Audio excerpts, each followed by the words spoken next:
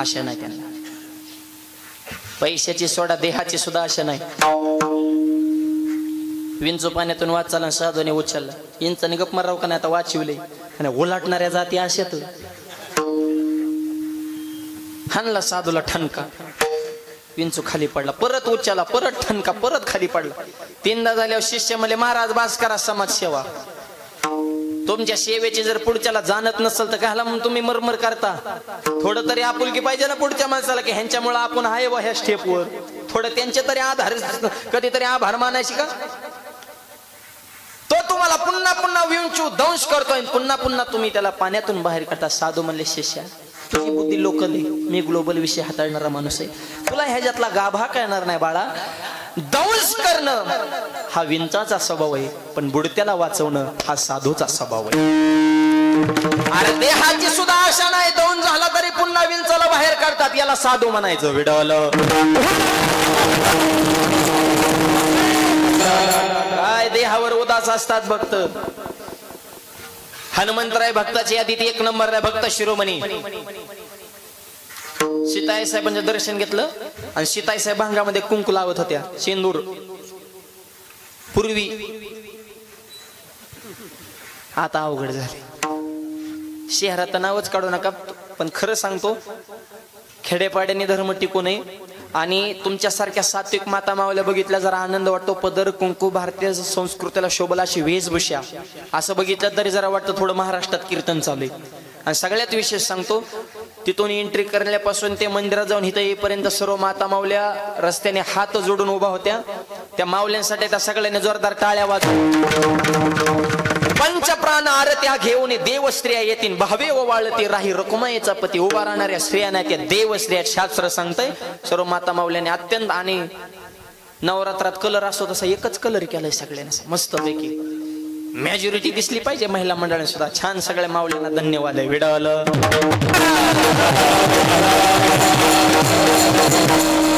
खेड्यापाड्यात पाहायला मिळतं, शहरातली ही शिकलेले त्यांची डोकी झाल्यात आऊट, ती धर्म मातीत घालतात। लोक म्हणते तिले स्टँडर्ड आहे, स्टँडर्ड नाही, त्यांनी बुद्धी घाण ठेवली नाही। गाडीत कुत्र फिरवले म्हणजे तुम्ही काय लय हुशार आहेत का काय बा? कुत्र माधूच्या सीटवर आहे, मालक गाडी चालवतो, कोण कोणाचा मालक आहे भाऊ?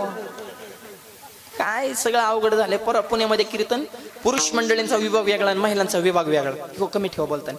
आणि पुरुष मंडळींच्या विभागामध्ये एक बारका पोरग त्याच्या बापाच्या मांडीवर बसलो होता, मोठमोठ्याने रडायचं। आम्ही त्या बापाला म्हणतो ते किती रडते, त्याला त्याच्या मम्मीकडे द्या की। तो मला मीच मम्मी या, jean pant T shirt bobcut headphone goggle घालून कुठे मम्मी असते होय तेव्हा? अरे कोण कोणाचे कपडे घालते बा? तुम्हाला तुमची कपडे पुरा नका बाबा, पुरुषांच्या कपड्यावर का अतिक्रमण करताय तुम्ही? ज्याला त्या मर्यादा सीमा लक्ष्मण रेषा काय आहे का नाही? सगळं अवघड झालंय माय बाप। धर्म संस्कृती आचार विचार हे ज्याचं त्याला कळलं पाहिजे। विडवलं भांगात कुंकू लावत होते, हनुमंत आले, आई साहेब काही प्रकारे भांगात कुंकू जर लावलं तर माझ्या रामाचं आयुष्य वाढतं आणि त्यांना सुख संपन्न लाभतं। रामाचं आयुष्य आणि रामाचं सुख हे दोन वाक्य हनुमंतराने ऐकले, पळतच गेले आणि शेंद्राची गुणीचा अंगा ओतून घेतली आणि रामाच्या पुढे जय श्रीराम। हनुमंतराला बघितलं, राम म्हणले कोण इतक्या लवकर विसरले काय? तुमचा लाडका हनुम्या म्हणले। मग अंगाला शेंदूर का थापून घेतलाय?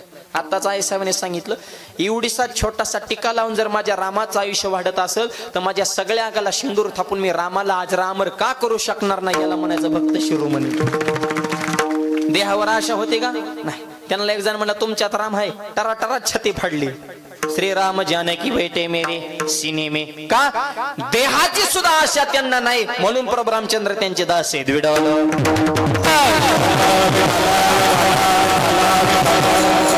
आशाच नाही, देहाची नाही, पैशाची संपत्तीच नाहीच नाही।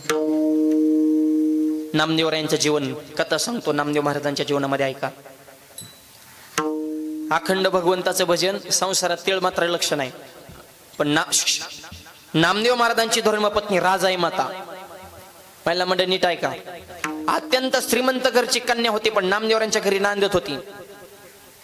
आणि नामदेव महाराजांच्या घरची परिस्थिती अत्यंत नाजूक, खायलाच काय नव्हतं, काय काय दिवस उपाशी झोपावं लागत होतं। इतक्या मोठ्या घरची कन्या इकडे आली, पण कधी नामदेवरांना बोलून दाखवलं ना माझा बाप लय मोठा, हे आताच्या मावल्याने ध्यानात ठेवा।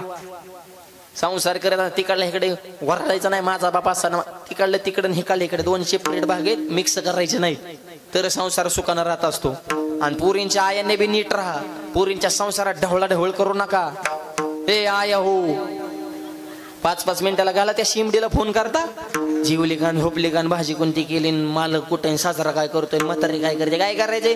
ज्या दिवशी तिचं लग्न झालं त्या दिवशी सोडून द्यायचा, महिन्यातून 1-2 फोन ठीक आहेत बा, तासाला फोन करून तिकडला सगळा फॉलोअप घ्यायला तुम्ही काय पत्रकार आहेत का काय. पोरींच्या आयाने 50% पोरींचा संसार मोडले, तर जरा तुम्ही तुमच्यावर बंधन घाला.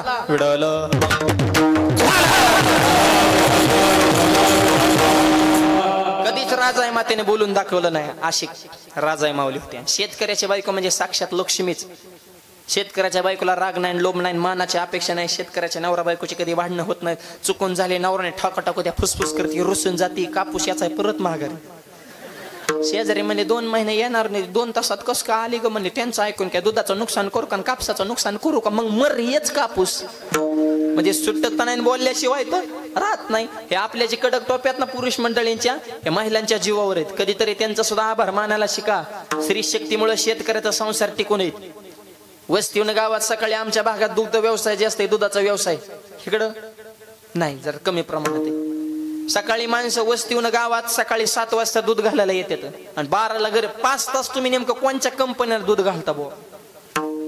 ह्याचं दूध घालणं म्हणजे 10 मिनिटाचा खेळ आहे. पण उगा गप्पा हाणायच्या सकाळ सकाळ टोळक्यात, ह्या टोळीत 5 मिनिटं, त्या टोळीत ह्याचा इचकीन, त्याची चर्चा करीन, तिथं व्हाय करीन, ह्याचा चहा पितीन, त्याची कॉपी करीन, ह्याची टोपी त्याला, त्याची टोपी ह्याला, ह्याच्या लावाला करीन. काय करायचं, गप मर ना. आणि परत म्हणायचं शेतीत दम नाही, कामच करीत नाही, दम कसा राहील. सकाळी सकाळी काम किती करायचं त्या महिलाकडून शिका. स्वतःच आवरून, मुलीचं आवरून, मुलीची वेणीफणी करून, मुलाचा डबा बांधून, मुलगा शाळेत, मुलगी शाळेत, सासू सासऱ्याचं आवरून, स्वतःच रेडी करून डबा बांधून 11ला ते राहणार. आणि ह्यो डायरेक्ट गावातून राहणार जातो, म्हणतो वाडा जेवायला भूक लागली. तो काम काय केलं बा 5 तास नेमकं. सकाळी गावात बोंबलत फिरायचा टाइम जरा शेतकऱ्यांनी कमी करा. आणि स्त्री शक्तीमुळे शेतकऱ्याचं प्रपंच टिकून येईल. स्त्रियांवर टीका करण्याचा अधिकार आपला नाही. आमच्यात ते काय महाराज मंडळी महिलांवर टीका करतात की एखादी गोष्ट सांगितली ती गोष्ट महिलांच्या पोटामध्ये राहत नाही, लगेच पुढच्याला सांगून टाकतात. नीट ऐका, अख्खं जग म्हणतं की महिलांच्या पोटामध्ये काही राहत नाही, पण मी म्हणतो अख्ख्या जगाला अगोदर महिलांच्याच पोटात राहावं लागलं, मग जन्माला यावं लागलं. देव जरी असेल तरी डायरेक्ट अवतार नाही, आधी देवकी मातेच्या कुशीचा आधार घ्यावा लागला. परवा छत्रपती शिवाजी महाराज अवतार घेणार आहेत, पण आधी जिजाऊ मातेच्या कुशीमध्ये राहायला लावलं. ही स्त्री शक्तीची ताकद आहे. विडवलं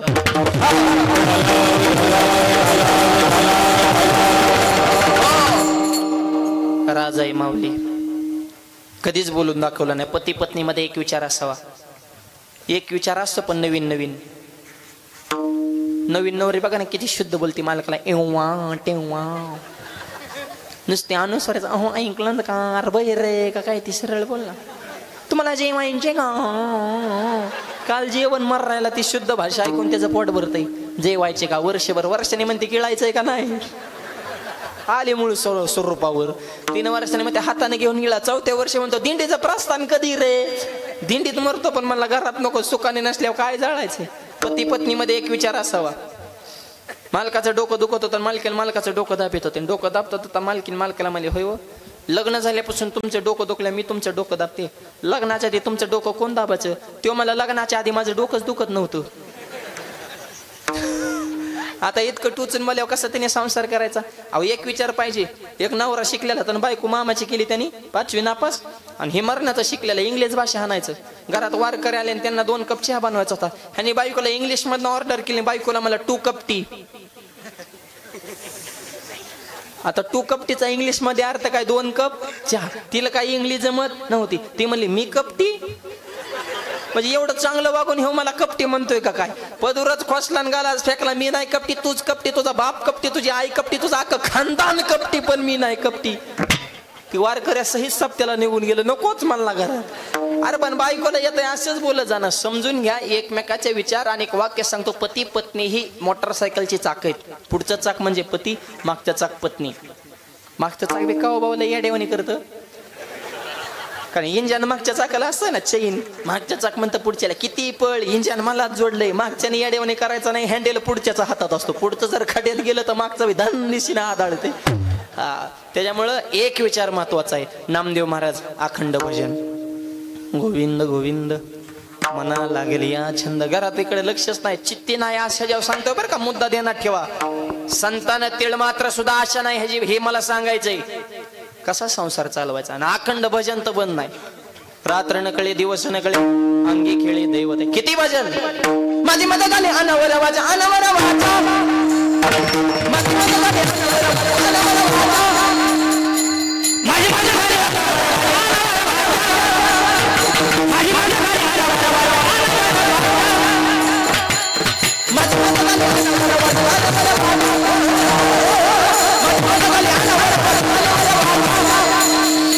माझी मदत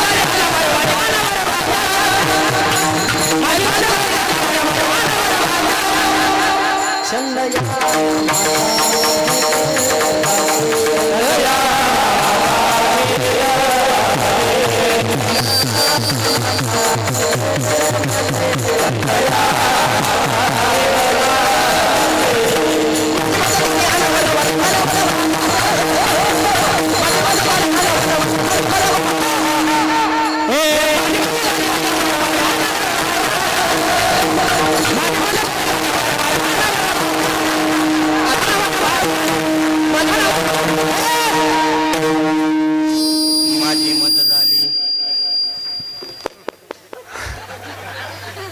अनावर अनावरवाचा आवाज. छंद या नामाचा घेतला. कंट्रोलच्या बाहेर विषय गेला म्हणले.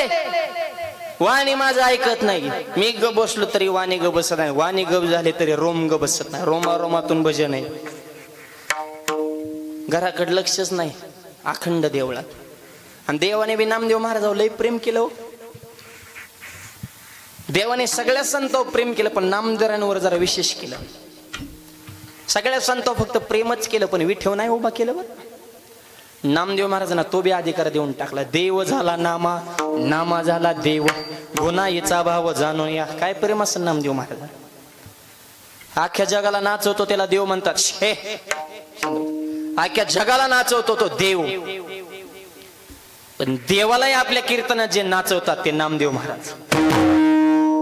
नामदेव कीर्तन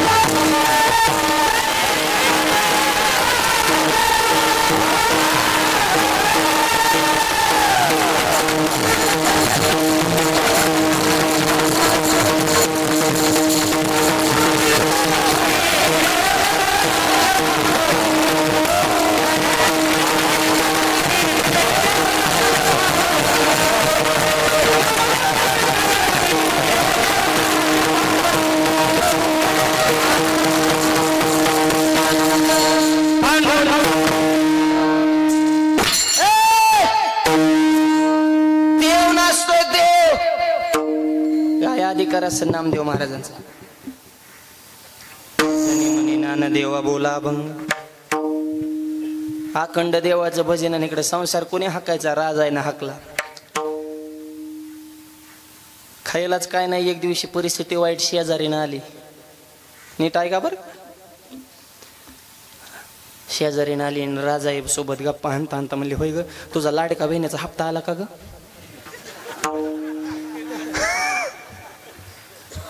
तो होती का लाडकी बहीण. हा आता तर बहिणी इतक्या खुश आहेत. आया आया आया आया. 9,000 घेऊन कीर्तनाला आल्यात त्या. फुकाटचं पाहिजे फक्त. एकच हप्ता लेट झालं तर पार मरायला लागल्या होत्या. मलाच काय काय फोन करायचे, माऊली पुढचा हप्ता कधी? आता म्हणलं मी मंत्रिमंडळात आहे का? त्यांचं तर विस्तार, त्यांचे बी इतके आले तर त्यांनाच कळा ना कस काय आलोय बा आपण. आणि पडणाऱ्यांना काय करणार कळा ना आपण कस काय पडलोय. या बहिणीने सगळा कार्यक्रमच करून टाकला या. हा लाडकी बहिण, लाडका दाजी मेला कागद वागू वागू. जाशी तू ते घरी जाशी, त्याला वाटत तेवढंच प्यायला पिला होत्या ना आपल्याला. दीड तुला कुठं महिन्याला पुरत असतात का? तुझं वैटिकेला बसले, वनडेचं टार्गेट आहे 1.5. तुला महिन्याला तो मित्रच इतके घाण कमवून ठेवल्या तर की ते तुला सुधरून देत आहे का? चेव चेव चेव चेव करतात नुसते. लय अवघड आहे मायबाप. लाडकी बहीण. आणि मग शेजारीने आले आणि त्यांनी गप्पा सुरू केल्या. म्हणजे राजा आहे कसं काय चाललंय? काय चालायचंय म्हणले, खायलाच काय राहिलं नाही. काय चालायचं? वाटोळं झालं म्हणले. ही कीर्तनकार मालक भेटला आणि म्हणले इठ्ठल इठ्ठलच करतोय नुसता. तिंडी झाली की सप्त्यान सप्त झाली की वारे झाली की परत चालूच आहे त्याचं. घरीच आहे नाही म्हणले. म्हणले मग लेकरा वाळाच काय आता काय म्हणले, आज उपाशी राहावं लागेल आम्हाला. काहीच नाही. शेजारीने हुशार होते बरं का. शेजारींचा जो मालक होता, शेजारीच्या मालकाचं नाव होतं परिसा भागवत. नीट आहे का? आणि परिसा भागवत हा असा होता, त्याला रुक्मिणी माता प्रसन्न होती आणि रुक्मिणी मातेने त्याला परीस दिलेला होता गिफ्ट. लोखंडाला लावलं की सोनं परीस देऊन टाकला. कोणाला? परिसा भागवत. आणि त्याची मंडळी नामदेव महाराजांच्या मंडळीची मैत्रीण शेजारी राजायची. ते म्हणले आमच्या मालकाला परीस दिला, 1 तासभर देते तुझ्याकडं, घरात जेवढ्या लोखंडाच्या वस्तू सोनं करून टाक आणि मालक यायच्यात एकूण टाक, नोटा कपाटात ठेव, सुख समाधानी हे पोराबाळांचं होईल म्हणे. ठीक आहे. शेजारीने अशी पाहिजे बरं का. हा चांगली पाहिजे. नवरा बायकोचे जर चुकून भांडणं लागली तर मिटवणारी असावं, पिटवणारी नसावं. नाही तर नात महाराज शेजारी सांगतात बघा,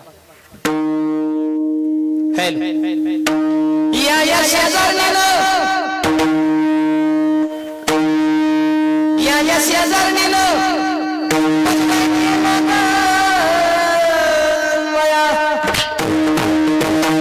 मला पंढरीला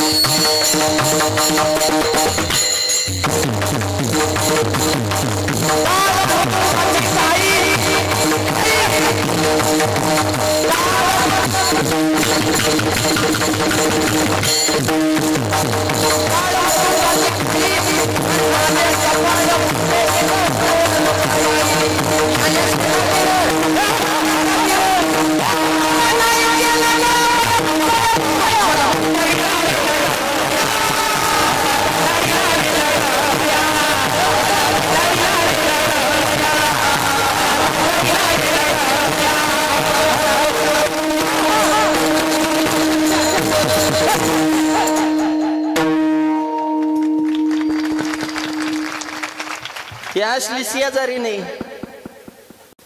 पंढरपूरला नेलं तरी म्हणते बरं नाही गेलं ग.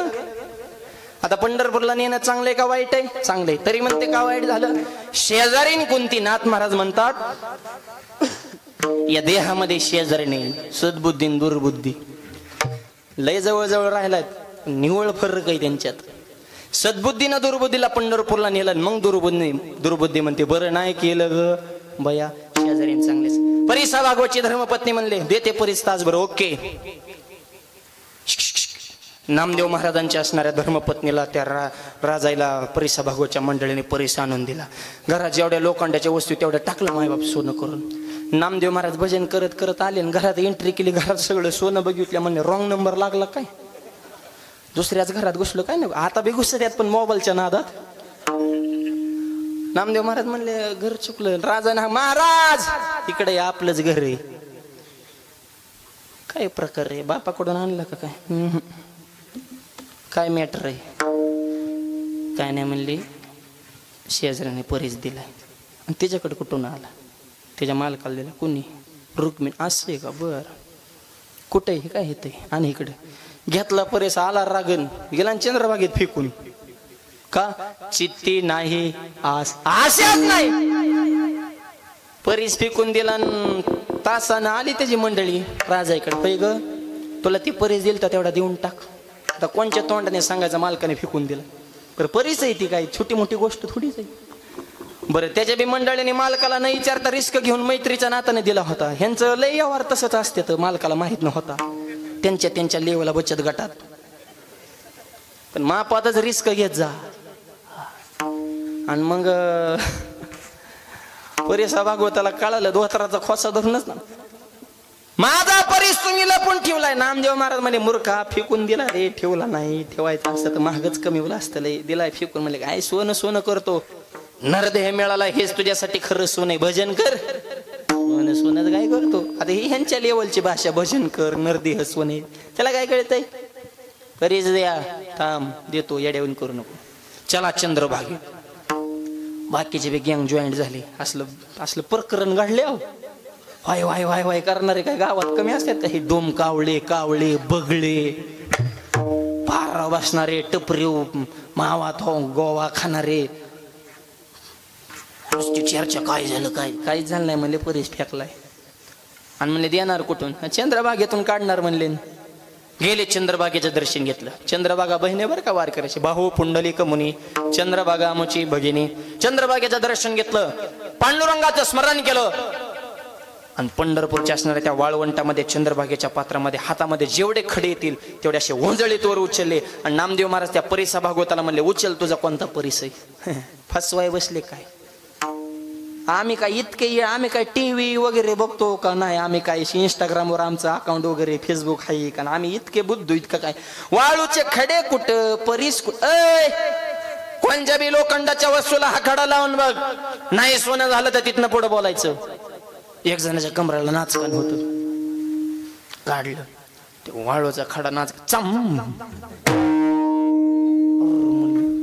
एक खडा झाला, पण दुसरा घेतला तो दुसऱ्या वस्तूला, त्याचं सगळ्याच सोनच. प्रत्येक वाळूच्या खड्याचा परिसाचा अनुभव त्या परिसा भागवताला आला. डोळ्यातून पाणी आलं. नामदेव महाराजांचं दर्शन घेतलं. महाराज तुमच्या हातातले जे खडेत ना, हा खरा परीस नाही. तुमच्या परेशान वाळूचे खडे सुद्धा परीस होतात. नामदेव महाराज हाच सगळ्यात मोठा परीस आहे. आणि एवढा मोठा परीस माझ्या घरा शेजारी असताना मला आजपर्यंत त्यांची किंमत कळाली. मी एका परीसासाठी येड्यावणी करते, पण तुम्ही हात लावीन त्याचं सोनं नाही, परीस करताय डायरेक्ट. सगळे खडे टाकून दिले. नामदेव महाराजांचं शिष्यत्व पत्करलं. ऐका, आजही नामदेव महाराजांच्या गाथ्यामध्ये परिसा भागवत नावाचं एक स्पेशल प्रकरण आहे. त्यांचे अभंग आहेत. चंद्रस्वर आहे तोपर्यंत परिसा भागवत हे नाव जिवंत राहणार. आणि अष्टादश संतांपैकी परिसा भागवताचं नाव आदरानं घेतलं जातं. सामान्य व्यक्तीला संत पदाला प्राप्त करून दिलं. आणि नामदेव महाराजांचा अधिकार सिद्धांत संपला. उत्तर आहे, ज्यांच्या परशानं चंद्रभागेचे खडे सुद्धा परीस होतात, पण एकही परीस आणि एकही खडा घरी आणला नाही, कारण त्यांच्या चित्तामध्ये तिळ मात्र सुद्धा आशा नाही. म्हणून भगवंत त्यांचा दास होतो. अभंगाच्या पहिल्या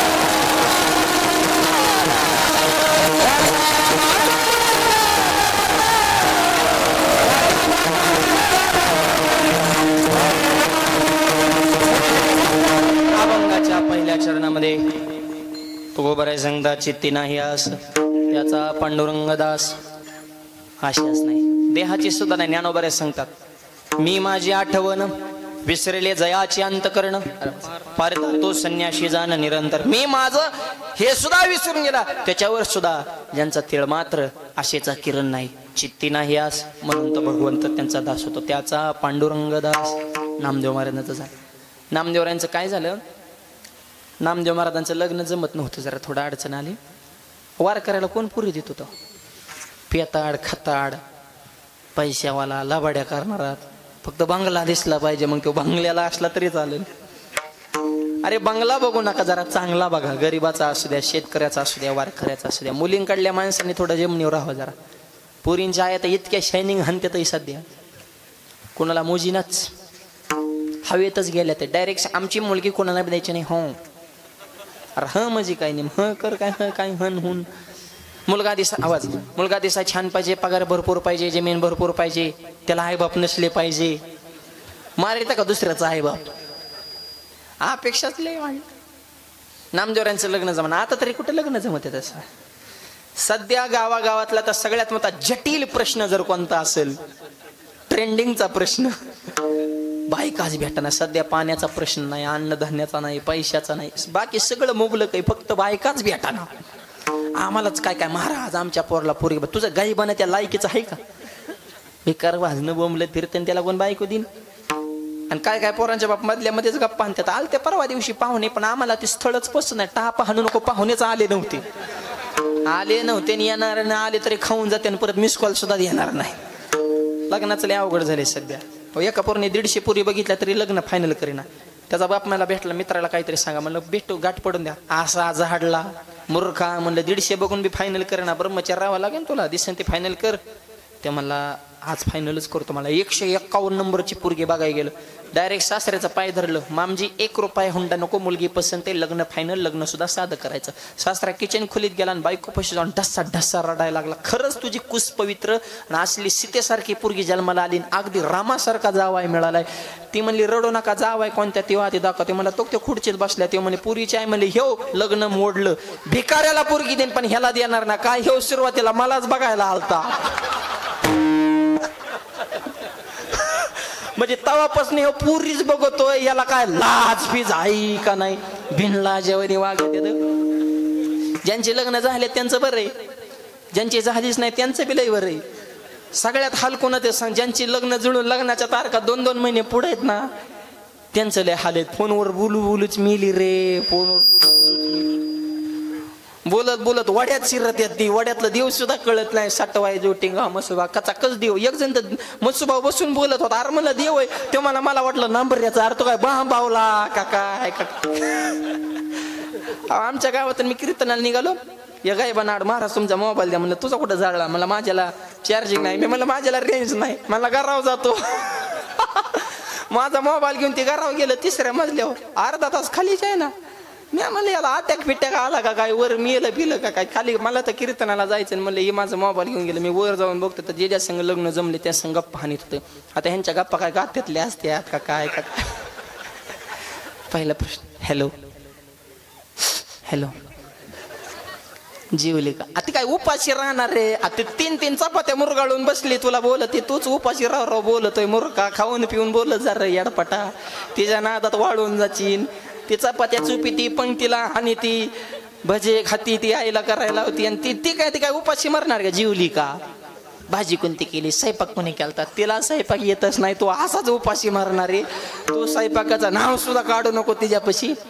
आणि माणसाला एक वाईट सवय फोनवर बोलताना एका जागा गप मरत नाही इकडं चलं जाईन तिकडं जाईन. तसं ते फोनवर बोलत जरा मांबावलं आणि त्याला ती बांगल्याचं नवीन काम चाललं त्याला वरच्या ह्या उतरंडीच घातलेल्या नव्हत्या.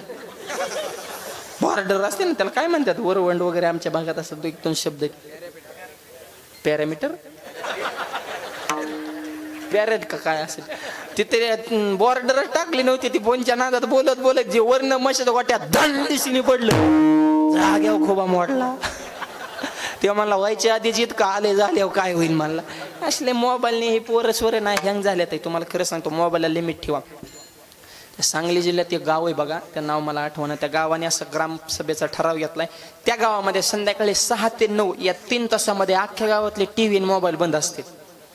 अजिबात चालूच करायचे नाहीत. 6 ते 9 म्हणजे हे टीव्ही आणि मोबाईल निवड माणसं बिघडायचा टाइम आहे.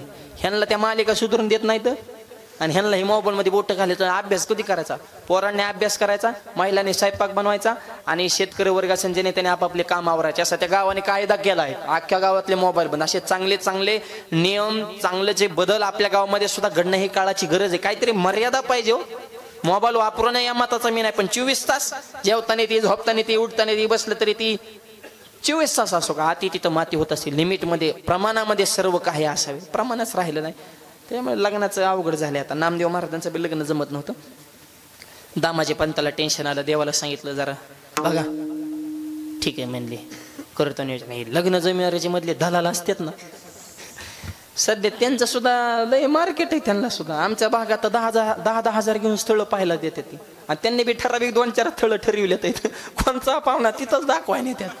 आणि त्यांच्या पुरीच्या बापाला सांगून ठेवलं, फक्त पसंत नाही म्हणून सांगायचं आणि आणायचं. आणि काय दवा मधल्या मधीच लय अवघड आहे म्हण. एक जणाचं असं झालं, त्याचं लग्न जमत नव्हतं.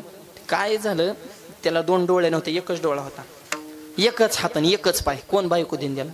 एकच पाय, एकच हात आणि एकच डोळा. पण जमिवणारा आगाव होता.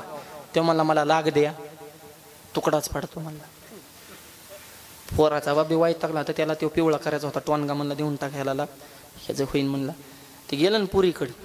आता एका डोळ्याने आंधळ, एक हातच नाही, एकच पाय ना, असं नवर देव. पण जमिवणारा हुशार होता. पुरीच्या बापाला म्हणला असं स्थळ. I I I I I. तर पुरीच्या बापाला कळ नेमकं कसं असेल बो. मुलगा इतका सोज्वळ, हा दूरदृष्टीचा विचार करणारा. अरे त्याला एकच डोळा होता, त्याला जवळचं दिसत होती, लांबच बघायचं म्हणून दूरदृष्टी. आणि इतकं कंट्रोल आहे कुटुंबावर. एक हाती कारभार, दुसरा हातच नव्हता त्याला, एक हाती कारभार. आणि इतका मुलगा जिद्दी, एकदा पुढे टाकलेलं पाऊल ते मागच घेत. अरे लंगडच होत ती.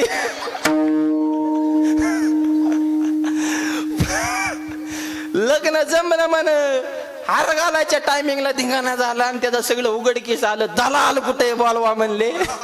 त्याला बोलिवलं, गचुर धरलं. ते म्हणला मला बोलायचं काम नाही, माझ्याकडे रेकॉर्डिंग आहे म्हणला.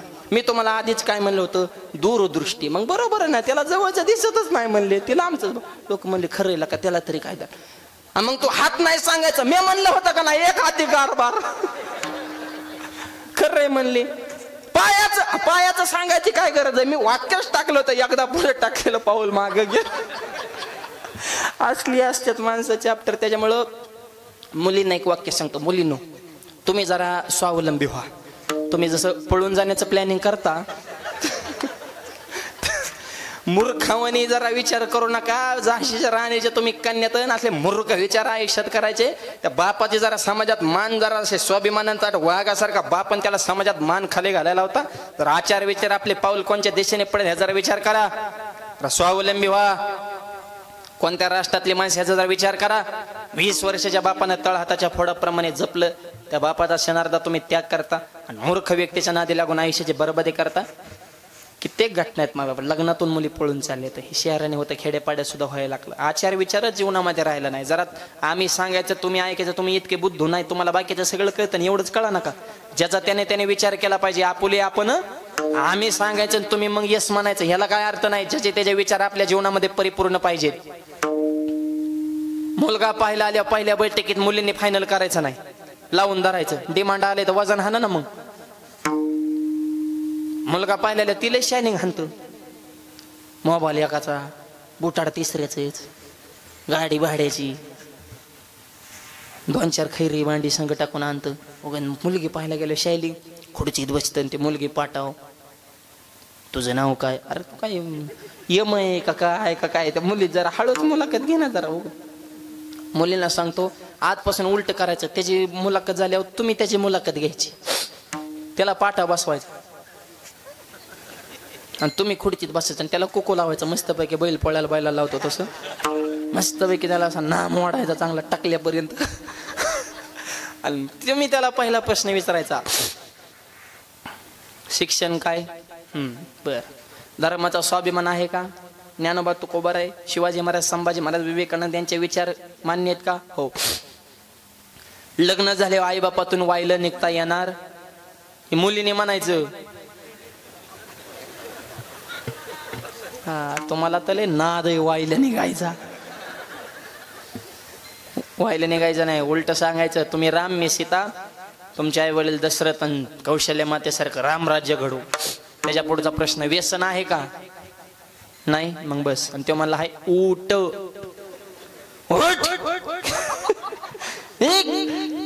वाडात मावन गोवन 10 रुपयेतून इकडं आला का दुसऱ्याच्या लेकीचं वाटोळ करायला? ते म्हणला नाही व्यसन. बस.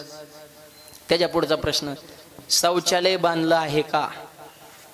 लय महत्वाचा प्रश्न आहे. आणि त्याला उपप्रश्न, ते चालू आहे का?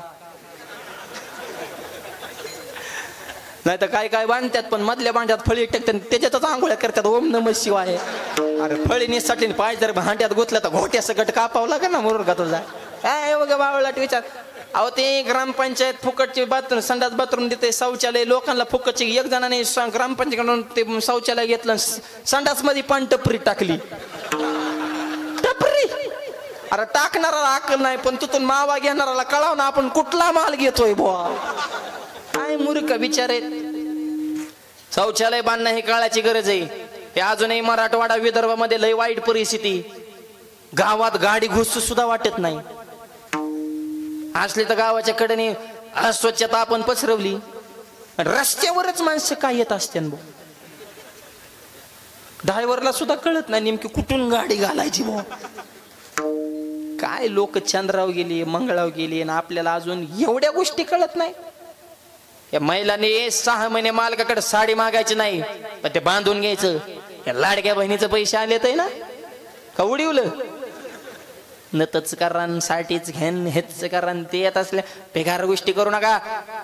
ते लाडक्या बहिणीचे पैसे नवऱ्याचा चोरलेला फिरलेलं थोडंफार भावाकडून थोडंफार घ्या. शौचालय बांधा. प्रत्येकाने ही काळाची गरज आहे.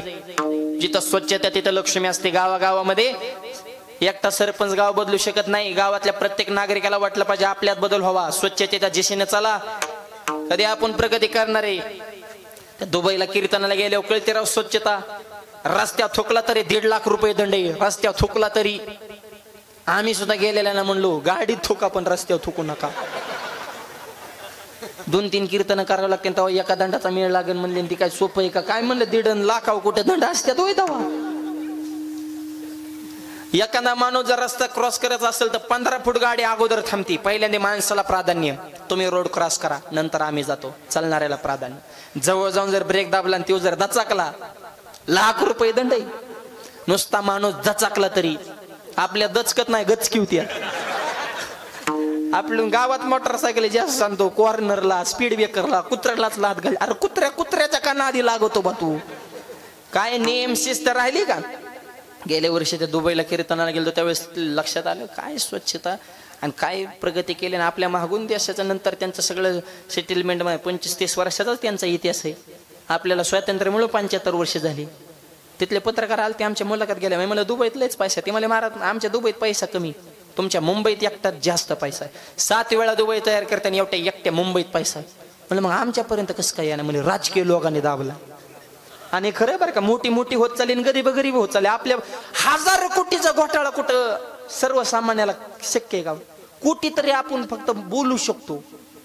आम्ही इतकं होय होय करतो तरी मी एक खट्टे अजून कोटी बघितलं नाही. अजून नाही. आणि 1000 कोटीचे फार अवघड प्रसाद. लोकांच्या फक्त मुंड्या मुरगळायच्या, भ्रष्टाचार करायचे. काय ह्या देशाला नुसतं लोकशाहीच्या नावाखाली पोखरायचं काम चालू आहे. 75 वर्षाला स्वातंत्र्य मला अजून वाड्या वस्त्याने लाईट नाही, शिक्षणाची व्यवस्था नाही, आरोग्याची व्यवस्था नाही. अजून शिक्षण आणि आरोग्याचं आपण लोकांना देऊ शकत नसेल, लाईट देऊ शकत नसेल तर 75 वर्षात आपण केलं का? प्रत्येकानं आत्मचिंतन. आणि त्यासाठी देश बदलण्यासाठी 2-3 गोष्टी आवश्यक पाहिजेत. नेतृत्व पॉवरफुल पाहिजे, समाजात एकी पाहिजे, नियम कडक पाहिजे, कायद्याची अंमलबजावणी झाली पाहिजे. लोकांनाच असं वाटलं पाहिजे की आपल्यामध्ये बदल व्हावा. एकटा माणूस गाव बदल. मी म्हणतो देशाची दुबई होईल का नाही माहित नाही, पण गावागावाची दुबई करणं तरुण मुलांना तुमच्या हातात. तुम्ही एक राहा. देशासाठी, धर्मासाठी, संप्रदायासाठी, गावच्या सामाजिक, आर्थिक, राजकीय, धार्मिक, आध्यात्मिक उन्नतीसाठी तुमचं योगदान फार महत्वाचं आहे. आणि तुम्ही तुमच्या तरुणपणाचा उपयोग देशासाठी करा, तर तुम्ही खऱ्या अर्थाने छत्रपतीचे मावळे म्हणून शोभताल. विडवलं.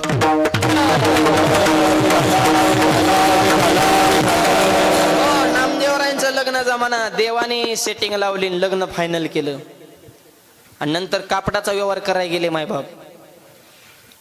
कापड व्यवहार केला, त्याच्यातून तीळ मात्र आशा धरली नाही का, चित्ती नाही आश त्याचा पांडुरंग दास. असे नामदेव महाराजांच्या जीवनामध्ये कित्येक उदाहरण आहे, पण आशाच नाही म्हणून भगवंत त्यांचा दास होतो. ऐका, दास होतो ही पहिली पायरी झाली, पण दास नेमका काय करतो अभंगाच्या दुसऱ्याच्या. असे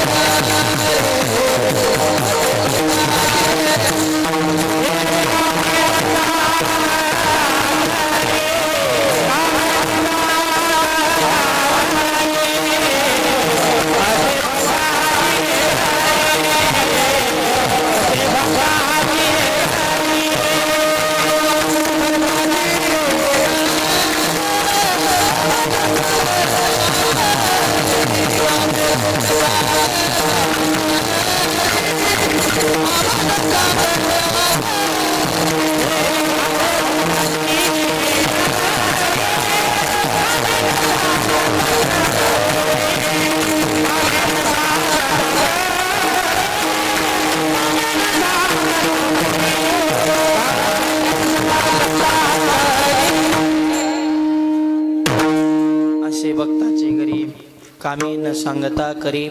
प्रत्येक भक्ताच्या घरी काम, कोणाच्या घरी काम केलं. उच्च नीचे काही हा भंग घरी गेल्या वाचा, मग लक्षात येईल तुकोबाराने यादी दिली मायबाप. प्रत्येक भक्ताच्या घरी भगवंतानं कामे केलं. असे भक्ताचे घरी कामे न सांगता करी, न सांगता काम करतो. नाथ महाराजांच्या घरी काम केलं.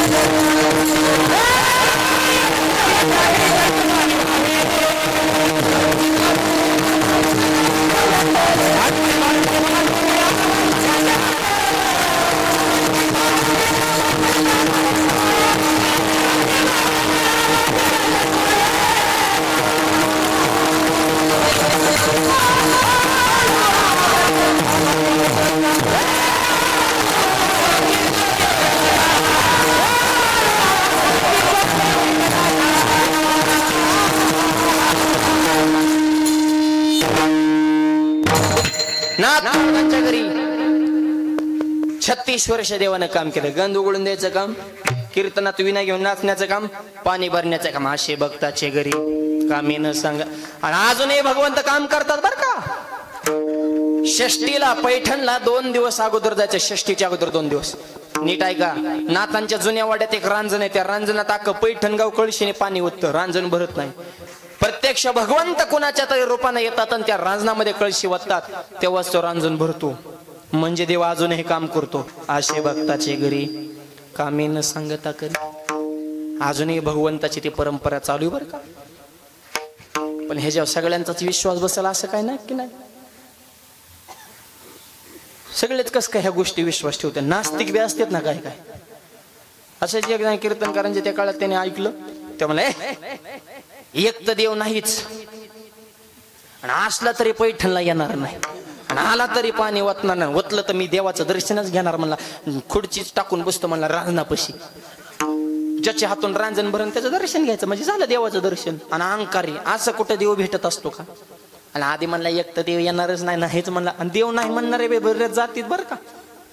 एक जण मला देव आहे तर दाखवा. मी नेमकं लाईटच्या पोल पशी उभा होतो. मी म्हणलं ह्या पोलवरून त्या पोलवर लाईटच्या तारा गेल्यात. ह्याच्यातून वीज वाहते का? हा वाहते. दिसते का? नाही. लाव हात. करंट बसन ना. आम्हाला करंट बसतोय तुला पण नाही दिसत नसतो पण असतो. हे तसंच दिसत नाही पण आहे. महिला म्हणतात दुधात तूप आहे का? दुधात तूप आहे का? आहे. दिसतंय का? नाही. कधी दिसन? थप मंथोनी नवनीत तैसे गे अनंता वाया व्यर्थ कथा सन्निवार. दुधात तूप आहे. मंथन करावं लागेल. लाकडात अग्नी आहे. घर्षण करावं लागेल. जगात देव आहे. भक्ती कर.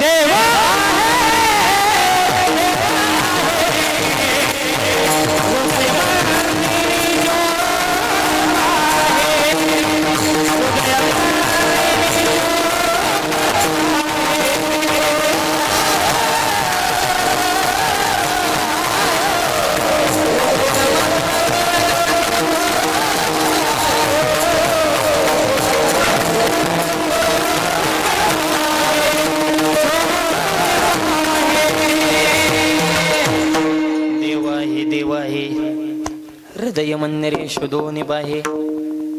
जग चालू आहे. जगावर कुणाचं तरी कंट्रोल आहे. वृक्षाचे पान हले ज्याची सत्ता राहिली आणता मग कोठे. त्याच्यामुळं त्याचा विश्वास नव्हता पण म्हणला आहे तुम्ही म्हणता टाकतो म्हणला खुर्ची. ज्याच्या हातून रांजण भरून त्याचं दर्शन घेणार म्हणजे डायरेक्ट देवाचं दर्शन. माळकरी व्हायची गरज नाही, गाथा वाचायची गरज नाही, तप नाही, जप नाही, योग नाही, यज्ञ नाही. खुर्ची टाकूनच बसलं रांजणापाशी. बायकोला आधीच दम टाकला. म्हणला अख्खं गाव येईन पाणी वाचायला पण तू यायचं नाही. ते म्हणले ठीक आहे. त्याचं नवीन लग्न झालं म्हणून ती ऐकण्यात होती. हे बसलं खुर्ची टाकून. देवाला टेन्शन आलं. ह्या जातीला दर्शन द्यायचं नाही, रानात पाणी वाचायचं. काय करावं? देव आहे ते. चतुरात शिरोमणीन गुण लावण्याचे खाणी देवाने विठेवणं उडीत टाकले. आणि जी खुर्ची टाकून बसले का देवाने त्याच्या बायकोचं रूप धारण केलं आणि लागले रांगेला पाणी वाचायच्या. देव त्याची मंडळीचंच रूप. आता मंडळीचंच रूप का घेतलं? देवानी मंडळी सोडून बायको सोडून दुसऱ्या कोणाचं रूप घेतलं असतं आणि पाणी वाचल्यावर रांजण मारलं असतं आणि ह्याने दर्शन घेतलं असतं. बायकोचं दर्शन घेईन काय? आणि ते बी माणसाच. घरी मस्त वाटांगण घालीन ओम नमः शिवाय. माणसात कुठं जमत असतंय त्याला काय क्रेज इज्जत का बिनलाजा होता का काय? म्हणजे किती बिनलाजा असल्या तरी माणसात नाही ना शक्य ती. आणि देवाने बरोबर माय बाप त्याची नसच दाबली. मंडळीचं रूप धारण केलं.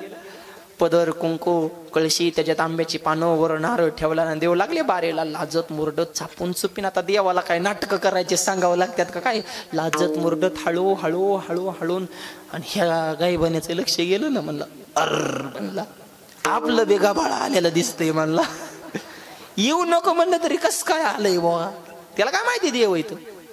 मंडळीकडे बघायचं आणि मंडळी ह्याच्याकडे बघायचे. देव पदर घेऊन असं कॉर्नर हळूहळू.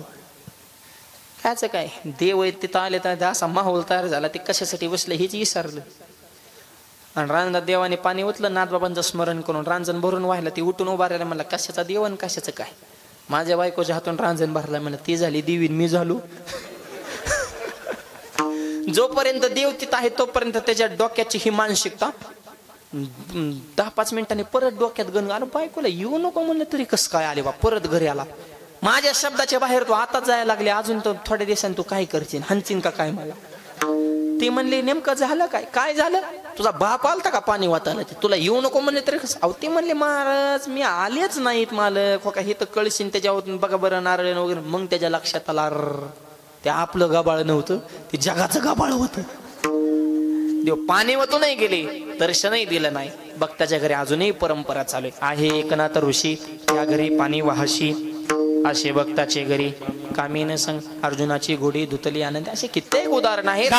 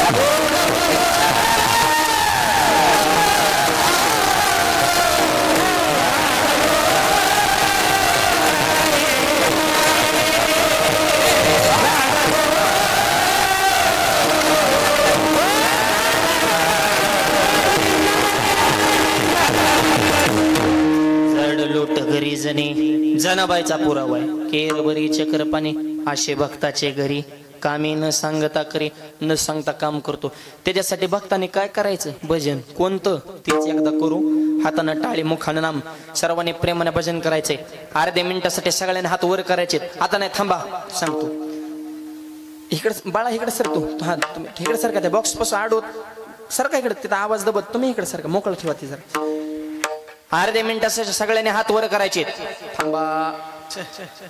कॅमेरेवाल्या दादा यांच्या हातावर शूटिंग फिरवा आणि गावातल्या 2-4 तरुण मुलांनी उभा राहून मोबाईल लेफ्ट आतले बाहेरचे खालचे वरचे मागचे तिकडले दुसऱ्या स्टेज वरचे स्टेडियम मधले. हा करा हात वर दोन्ही बी. या बाप हा सुख सोळा स्वर्गी नाही बार कुमारी. वा वा वा.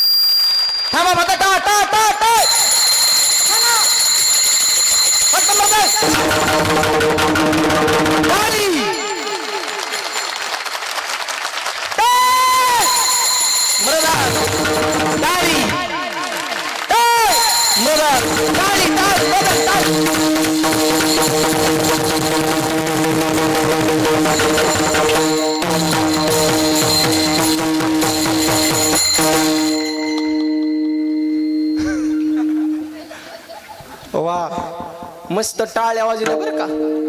वेज काढल्यावाने फ्रेश झाले माणसं. गुलाबाच्या फुलावाने दिसायला लागली. नाही तर पार सूर्य फुलावाने माना टाकले होत्या काय काय सुरुवातीला. उमलून आली फुलं सगळे. टाळ्या वाजल्या प्रसन्न होतं. हे जे कार्य चालू धर्म कार्य असावा तो धर्म मग सावू जाते वर्म. आणि धर्म टिकवला माझ्या छत्रपती शिवाजी महाराजांनी आणि त्या धर्माला अधिष्ठान प्राप्त करून दिलं धर्मवीर संभाजी महाराज. आता 6वा सिनेमा आलाय बघा. एकही असा माणूस नाही त्याने सिनेमा बघितला तो रडला नाही. माणसं रडतच बाहेर येते. कारण राजेंनी धर्मवीर संभाजी महाराजांनी स्वराज्यासाठी किती हालापेष्टा सहन केल्या त्याचं ते चित्र नाही माय बाप. मी तर म्हणतो शिवाजी महाराजांना राजांवर आपला महाराष्ट्र इतका समृद्ध. एका एका मावळीवर 100 पिक्चर निघतील. माव एवढा मोठा इतिहास त्यांचा. लोक ते बघत नाही. आता लागलेत जरा वळालेत. त्यांच्याही लक्षात आलं ह्याच्याशिवाय आता पर्याय राहिला नाही. सत्य गोष्ट लोक स्वीकारतात माय बाप. लहान मुलं बोल छावा आणि ओरिजिनल छावा होते माय. सिंह भाडला होता. सिंह जो जंगलाचा राजा आहे. वरचा जबडा वरण खालचा जबडा. सिंहाच्या जबड्यात घालून हात मोजीन तात महाराष्ट्राच्या मावळ्याची जात. काय ताकद असेल. कुत्र बेहने आपल्याला. सिंह आणि शिवाजी महाराजांनी वाघिणीचं दूध काढलं होतं. काय माणसं होऊन गेले. काय विचार संपन्न शरीर संपदा बुद्धिमत्ता आहे तशीच. परवा शिवजयंती आहे. काय छत्रपतींची कल्पकता आहे माय बाप. कल्पना सुचणं ह्याच्यासाठी सुद्धा वरदान असावलं. त्या काळात बाकीचे बी भरपूर सरदार होते ना. आदिलशाही, निजामशाही, कुतुबशाहीच्या दरबार 10-10 हजार सैन्य काय कांच्या मराठी माणसांच्या सुद्धा हाताखाली होतं बरं का. पण त्यांना सुचलं नाही की मराठ्यांचं सर्वसामान्याचं रयतेचं स्वराज्य निर्माण करावं. ही कल्पना सुचायला सुद्धा बुद्धी लागते आणि कल्पना अस्तित्व आणण्यासाठी मनगटामध्ये धमक लागते. ताकद शिवाजी महाराजांकडे. काय संभाजी महाराज दुश्मनाने पकडला. संभा वडिलांनी जेवढं स्वराज्य कमवले, जेवढे किल्ले कमवले, तेवढे मला दान देऊन टाक. कमवले संबंधी दुश्मनाला मागितले, तळप्याच्या मस्तकाली मोठी आवळ्या डोळे लाल बन, राजन अजून संभाजी जिवंत आहे, मी माझा प्राण अर्पण करेल, पण बापाने कमवलेला मातीचा कण सुद्धा देणार नाही, याला म्हणायचं धर्मवीर.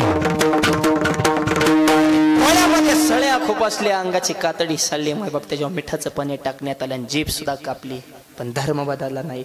आता धर्माच्या गप्पा हाणताना आपल्याला मजा वाटते, भगव्या झेंड्याकडे बघितल्यानंतर स्वाभिमान वाटतो, पण हा झेंडा शाबूत ठेवण्यासाठी मावळ्यांनी राजेने आपले प्राणपणाला लावलेत.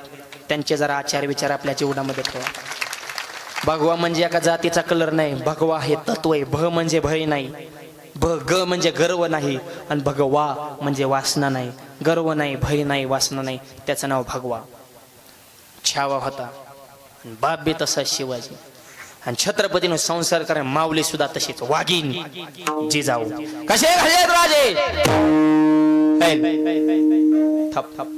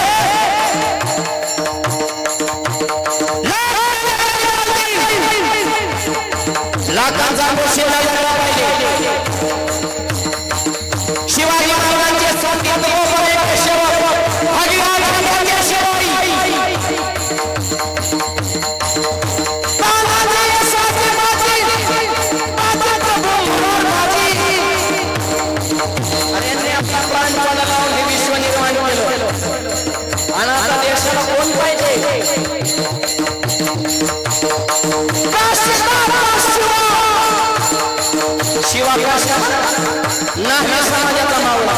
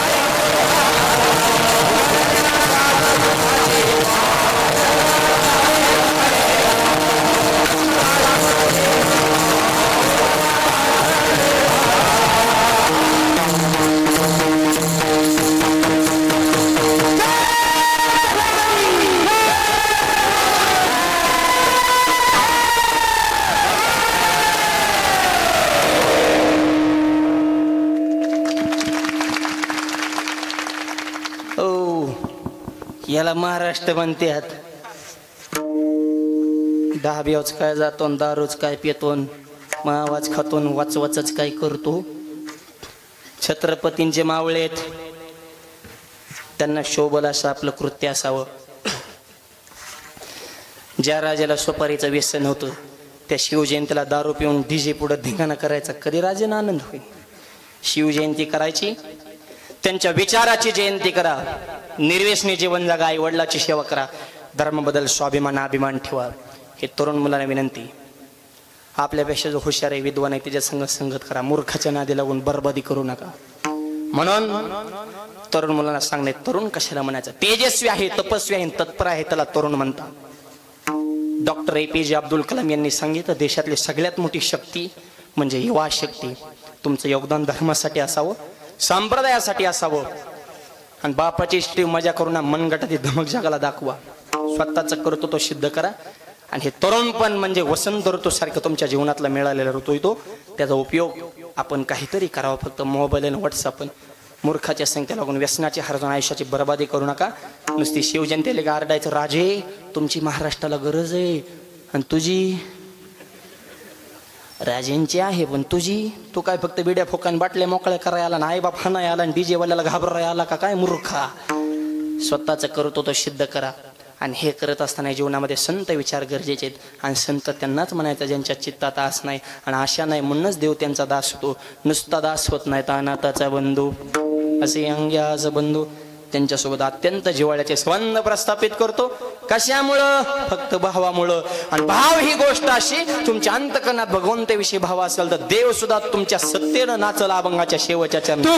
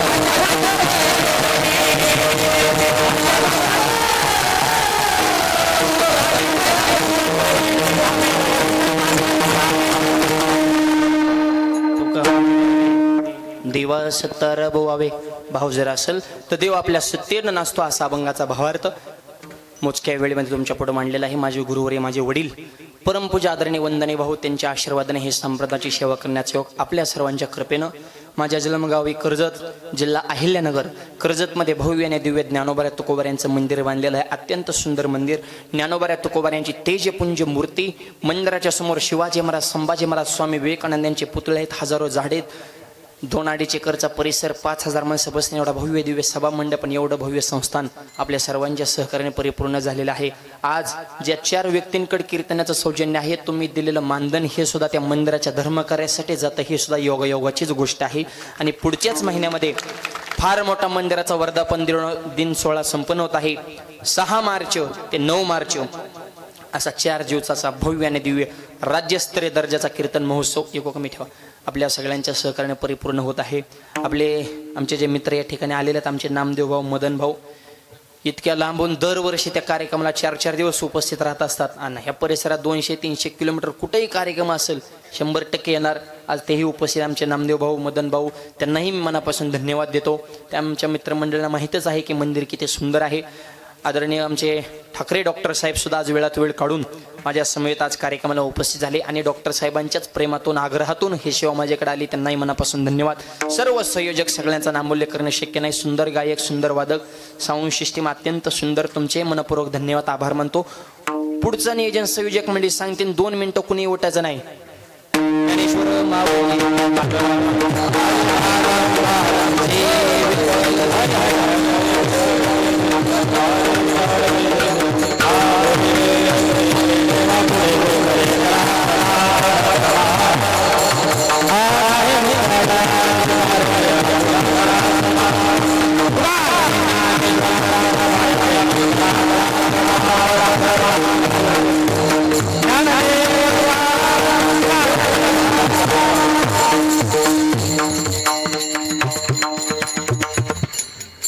चालत आलं